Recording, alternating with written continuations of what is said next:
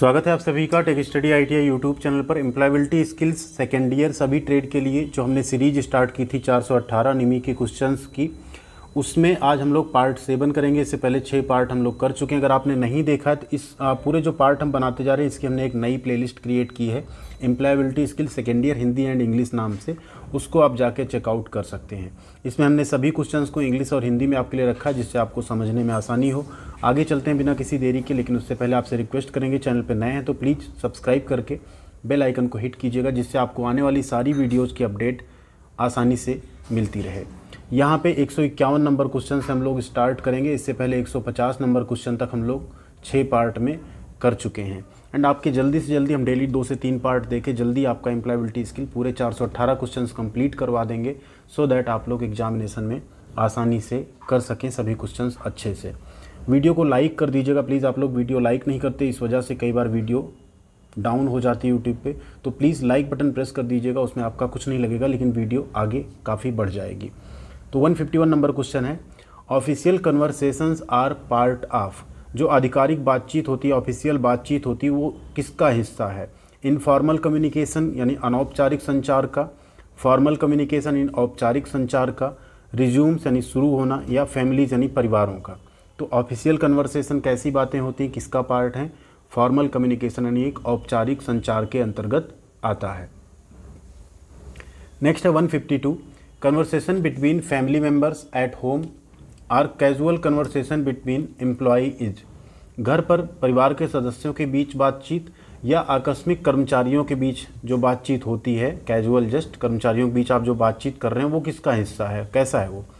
Formal communication यानी औपचारिक संचार है, डिस्कशन एक बहस है, नन कोई भी नहीं, या इनफॉर्मल कम्युनिकेशन यानी अनौपचारिक संचार है।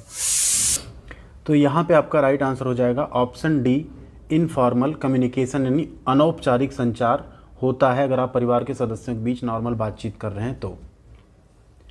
नेक्स्ट है 153, single strand communication, gossip, cluster and probability are examples of. Single strand communication जैसे गॉसिप, क्लस्टर या प्रायिकता, ये सब किसके एग्जाम्पल हैं? इनफॉर्मल कम्युनिकेशन यानी अनौपचारिक संचार के, फीडबैक यानी प्रतिक्रिया के, फॉर्मल कम्युनिकेशन औपचारिक संचार के, या बर्गर फीडबैक। तो यहाँ पे आपका राइट आंसर है इनफॉर्मल कम्युनिकेशन। गॉसिप हो गया, क्लस्टर एंड प्रोबेबिलिटी, ये सब आपके क्या हैं? अनौपचारिक संचार होते हैं। 154 है यहाँ पे, यूजिंग वर्ड्स थ्रू स्पीकिंग और writing to share information, thoughts और आइडियाज इज कॉल्ड। ठीक है, साझा करने के लिए बोलकर या लिखकर शब्दों का उपयोग करना, सूचना, विचार या विचारों को व्यक्त करना क्या कहा जाता है? मतलब आप जब लिखकर या बोलकर उन्हें साझा कर रहे हैं तो उसे हम क्या कहेंगे? उसे हम कहेंगे वर्बल कम्युनिकेशन। ठीक है, जब भी आप लिख के या बोल के किसी चीज़ को कर रहे हैं तो उसे वर्बल कम्युनिकेशन कहते हैं। एंड बिना बोले बिना लिखे आप इशारों से, बॉडी लैंग्वेज से, आई से, हाथ के इशारों से कर रहे हैं कोई चीज़, तो उसे हम कहते हैं नॉन वर्बल कम्युनिकेशन। अगला क्वेश्चन है, गुड वर्बल कम्युनिकेशंस, एक अच्छा मौखिक संचार यानी गुड वर्बल कम्युनिकेशन इसमें से है? ऑप्शन ए है हेल्प्स टू कम्युनिकेट क्लियरली, स्पष्ट रूप से संवाद करने में मदद करता है। बी है कन्फ्यूजेज पीपल, लोगों को भ्रमित करता है। सी इज रिस्पेक्टफुल, अपमानजनक है, या इज रूड, असभ्य है।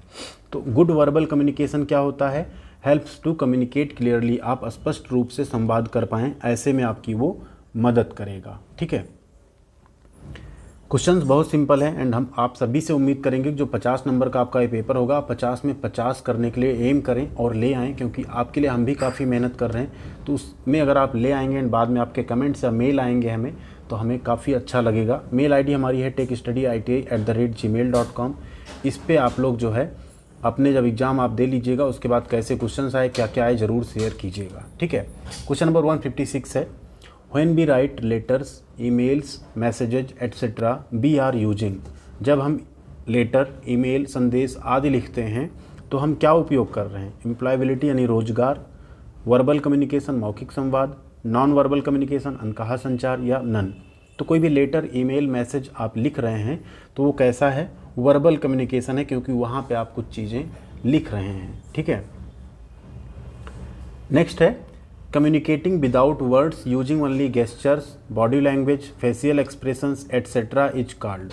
केवल इशारों, हाव भाव, चेहरे के भाव आदि का उपयोग करके बिना शब्दों के संचार करना कहलाता है? फीडबैक यानी प्रतिक्रिया, वर्बल कम्युनिकेशन यानी मौखिक संवाद, इंटरव्यू यानी साक्षात्कार, या नॉन वर्बल कम्युनिकेशन यानी अनकहा संचार? तो राइट आंसर यहाँ पे है आपका option D, non verbal communication. अगला क्वेश्चन है 158, the ability to receive and accurately interpret messages in the communication process is called. संदेशों को प्राप्त करना और सटीक रूप से व्याख्या करने की क्षमता संचार प्रक्रिया को क्या कहते हैं? इंटरप्रेट मतलब है सही रूप से आप उसे समझ पाएँ किसी मैसेज को। लिसनिंग यानी सुनना, स्पीकिंग बोलना, रीडिंग पढ़ना, या राइटिंग यानी लिखना।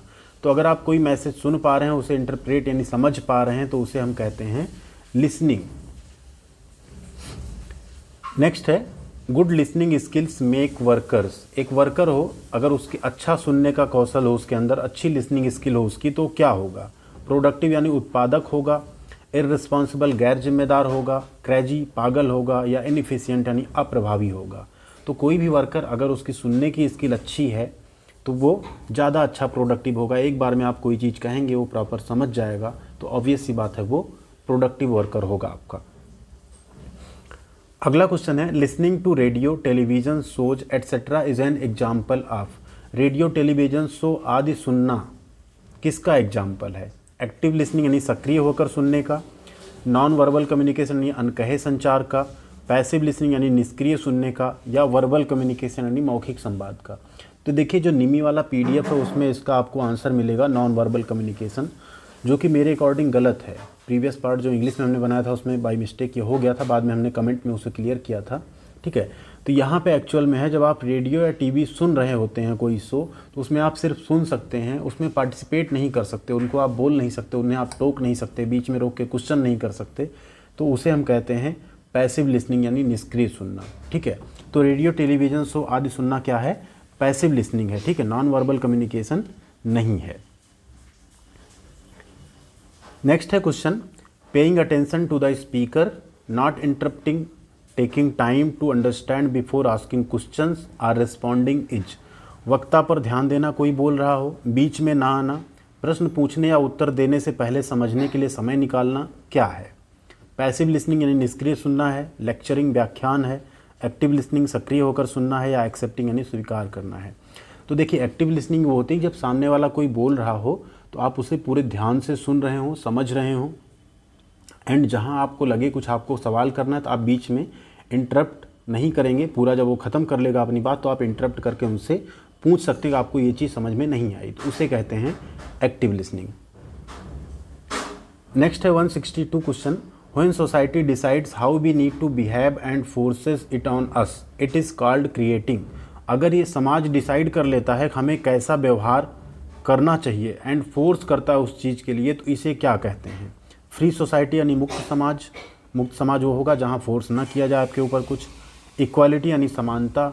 जेंडर स्टीरियोटाइप यानी लिंग संबंधी रूढ़ियाँ, या इन्फोर्समेंट यानी प्रवर्तन। तो इसे हम कहते हैं जेंडर स्टीरियोटाइप। जैसे सोसाइटी डिसाइड कर लेता है कि आप अगर लड़के हैं तो आप ये काम करेंगे, घर के ये काम नहीं कर सकते, वो औरतें करती हैं और लड़कियां करती, महिलाएं करती हैं। तो ये चीज़ जेंडर के आधार पे जब डिफाइन हो जाता है तो उसी को, जैसे अपने यहाँ एक है कि लड़कियां हैं तो ऑटो नहीं चला सकती, ठीक है, इस काइंड ऑफ कुछ बनाए गए ना, लड़के हैं तो रो नहीं सकते, इनके इमोशंस कम होते हैं। तो ये सारी चीज़ें क्या हैं? जेंडर स्टीरियोटाइप्स हैं, ठीक है। नेक्स्ट है 163 why do you need to study further. तुम आगे क्यों पढ़ना चाहती हो? You need to be married soon. तुम्हें जल्दी शादी कर लेनी चाहिए। ये किसके एग्जाम्पल हैं? आपको आगे अध्ययन करने की आवश्यकता क्यों है? तुम्हें शादी कर लेनी चाहिए जल्दी, या किसका एग्जाम्पल है? तो ये सोसाइटी किसके ऊपर थोपती है? गर्ल्स के ऊपर। ये है आपका जेंडर स्टीरियोटाइप फॉर गर्ल्स। लड़कियों के लिए जनरली कहा जाता है कि आगे क्यों पढ़ोगे, तुम्हें तो बस शादी करके दूसरे के घर चले जाना है, जबकि अब ऐसा नहीं है। अब लड़के लड़कियां बराबर स्टडी भी कर सकते हैं, जो उनको अपने कैरियर में परस्यू करना वो परस्यू भी कर सकते हैं। अगला क्वेश्चन है 164 an important document to carry when attending an interview is. साक्षात्कार में भाग लेने के लिए एक महत्वपूर्ण दस्तावेज क्या है? Cover letter, resume, leave letter, या नन। तो क्या है वो? आपका रिज्यूमे, आपका बायोडेटा, आपका CV। नेक्स्ट है a space is a summary of your personal experience, skills and education history. इसमें से कौन सा एक है जो आपके व्यक्तिगत सारांश, अनुभव, कौशल और शिक्षा का पूरा हिस्ट्री बताता है, तो उसी को हम क्या कहते हैं, उसे ही हम कहते हैं रिज्यूमे। ये ऐसे क्वेश्चन हैं, 2-3 मतलब 1 या 2 इस टाइप के क्वेश्चन आप में एकदम सिंपल आने ही वाले हैं। वैसे तो सारे क्वेश्चन आसान हैं, आप आसानी से कर पाएंगे, बस आप एक बार अच्छे से रिवाइज करके काम माइंड होके जाइए, शांति से एकदम पेपर दीजिए, बहुत अच्छा रिजल्ट आएगा आपका। नेक्स्ट है 166 number question, the crucial step that all faces while starting their career is. एक अपने कैरियर की शुरुआत करते समय सभी को एक महत्वपूर्ण स्टेप का सामना करना पड़ता है, वो क्या है? फीलिंग हैप्पी, बहुत खुश होना, फेसिंग एन इंटरव्यू, एक साक्षात्कार का सामना करना, गोइंग ऑन अ टूर, दौरे पर जाना, या रिलैक्सिंग, आराम। तो सभी क्या कैरियर स्टार्टिंग में सब क्या फेस करते हैं? एक इंटरव्यू फेस करना पड़ता है, उसके बाद ही जनरली आपके कैरियर की शुरुआत होती है। नेक्स्ट है proper communication with customers can help to. ग्राहकों के साथ अगर आप प्रॉपर कम्युनिकेशन, उचित संचार करेंगे तो आपकी वो मदद कर सकता है। किस में? रिटेन कस्टमर्स यानी ग्राहकों को बनाए रखने में। Have customers complain to friend, क्या आपके ग्राहक जो है दोस्तों से शिकायत करेंगे। स्विच टू कंपटीटर, प्रतियोगियों पर वो स्विच कर जाएंगे। सर्च अनदर शॉप, दूसरी दुकान खोज लेंगे। राइट आंसर क्या है? अगर आपका सही कम्युनिकेशन रहेगा उनके साथ तो रिटेन मतलब वो आपके बन के रह जाएंगे, आप ही के यहाँ से बार बार वो सामान खरीदेंगे। क्वेश्चन नंबर 168 है, customers generally space when they have a poor experience. ग्राहक आमतौर पर क्या करते हैं जब उनके पास आपके यहाँ से काफ़ी पुअर यानी ख़राब अनुभव रहता है, तो वो क्या करते हैं? जनरली वो दूसरे के यहाँ स्विच कर जाते हैं। राइट आंसर क्या हो जाएगा? Switch to a competitor. वो क्या करेंगे? आपके कोई प्रतियोगी पर स्विच कर जाएंगे, उसके यहाँ से सामान लेना या बिजनेस करना शुरू कर देंगे। अगला क्वेश्चन है 169, an employee comes late to the office every day, he is not. अगर कोई एम्प्लॉई प्रतिदिन कार्यालय में देरी से आता है तो वो क्या नहीं है? साइलेंट नहीं है, पंक्चुअल नहीं है, कॉन्फिडेंट नहीं है, या क्लीन नहीं है। तो वो आपका पंक्चुअल नहीं है, समयनिष्ठ नहीं है, समय का बंधा हुआ नहीं है, हमेशा वो लेट लपेट होता रहता है। ठीक है। नेक्स्ट है 170 number question, when we speak to people in our work place or people in authority we need to. जब हम अपने कार्यस्थल के लोगों से बात करते हैं तो हमें किसकी आवश्यकता है? अगर आप क्या करें, अपने वर्क प्लेस पे या किसी अथॉरिटी के लोगों से बातचीत करें तो आपको क्या रहना चाहिए, कैसा रहना चाहिए? Speak harshly and unmindful of gender, लिंग के बारे में कठोर और बेपरवाह बोलें। Speak carefully and show respect in our choice of words, ध्यान से बोलें और अपने शब्दों के चयन में सम्मान दिखाएं। Speak carefully and use abusive language, ध्यान से बोलें और अभद्र भाषा का प्रयोग करें। या बी र्यूड एंड वायलेंट, कठोर और हिंसक हो जाएं। तो देखिए ये सब नहीं होना है, आपको केयरफुली बोलना है, रेस्पेक्ट शो करना है अपने शब्दों में। ठीक है, कहीं भी आप बात करें अपने छोटे से, बड़े से, साथी से, आपको इसी तरह जनरली बात करनी चाहिए। 171 है, the electronic form of formal written communication that can be send through the internet to many people across the world is called. औपचारिक लिखित संचार का इलेक्ट्रॉनिक रूप जिसे इंटरनेट के माध्यम से दुनिया भर में कई लोगों को भेजा जा सकता है, क्या कहलाता है? तो इलेक्ट्रॉनिक मेलिंग किसे कहते हैं? ईमेल को। ऑप्शन क्या आ गया आपका? ईमेल। ईमेल के थ्रू आप रिटन कम्युनिकेशन, डॉक्यूमेंट्स अटैच करना, सब कुछ अटैच करके एक साथ पूरी दुनिया में कई कोने में भेज सकते हैं। ठीक है, एट ए टाइम आप एड्रेस डाल दीजिए, कार्बन कॉपी में भी डाल दीजिए, BCC में डाल दीजिए, आप शेयर कर दीजिए। अगला क्वेश्चन है, the most effective way of formal communication is. औपचारिक संचार का सबसे प्रभावी तरीका प्रेजेंट टाइम में क्या है? चैटिंग, ट्वीटिंग, टाइपिंग या ईमेल? तो ईमेल जो है कम्युनिकेशन करने का सबसे प्रभावी तरीका होता है। आप यहाँ से बैठे बैठे गूगल तक को मेल कर सकते हैं एंड आपको उसका रिप्लाई ज़रूर मिलेगा। 173 नंबर क्वेश्चन है, CC इन ईमेल मीन्स। जो CC ईमेल में है, जब कोई आप ईमेल भेजते हैं तो एक तो होता है फ्रॉम जिसमें आपका मेल ID रहता है, एक होता है टू जिसमें आप भेजते हैं, इसके नीचे रहता है CC, इसके नीचे रहता है BCC। ठीक है, तो टू तो है मेन एड्रेस जिसको आप भेज रहे हैं, CC होता है जिनको आप साथ में कॉपी देना चाहें, एंड BCC होता है जिन्हें आप भेजना चाहें, ब्लाइंड कार्बन कॉपी जिसे बोलते हैं, जिन्हें आप भेज तो दें लेकिन इन CC और टू को पता नहीं चलेगा कि इनको भी मेल गया है। ठीक है, तो यहाँ पे CC का मतलब होता है कार्बन कॉपी। अगला क्वेश्चन है BCC। अभी हमने बताया BCC का मतलब क्या है? ब्लाइंड कार्बन कॉपी, अंधी प्रतिलिपि है, मतलब उनको प्रतिलिपि जाएगी भी लेकिन आपने किस भेजा है ये CC या टू वालों को पता भी नहीं चलेगा कि आपने उन्हें भी रख लिया है इसमें।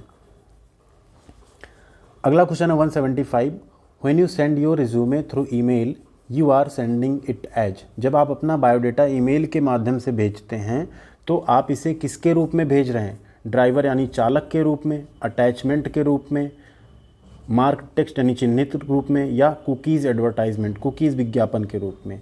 तो ध्यान दीजिए, जो भी चीज़ आप ईमेल में भेजते हैं, अगर कोई डॉक्यूमेंट, रिज्यूमे आपका क्या ऑब्वियस सी बात है एक वर्ड फाइल या पीडीएफ फाइल होगी, तो उसे आप हमेशा अटैचमेंट के रूप में भेजेंगे ईमेल के साथ। तो ये 75 क्वेश्चन थे आपके पार्ट 7 के। इसके बाद हम लोग करेंगे 76 नंबर से 176 से आगे के क्वेश्चंस पार्ट 8 में। बस वीडियो अगर पसंद आए तो लाइक एंड शेयर ज़रूर कीजिएगा। चैनल पे नए हैं, अभी भी सब्सक्राइब नहीं किया तो कर लीजिएगा। आपको यहाँ पे आईटीआई की स्टडी के साथ साथ जॉब, अप्रेंटिसशिप और सारी अपडेट्स रेगुलर बेसिस पे मिलती रहेंगी। Thank you very much. मिलते हैं आपके साथ अगली वीडियो में अगले अपडेट के साथ। तब तक बने रहिएगा आप लोग चैनल पे।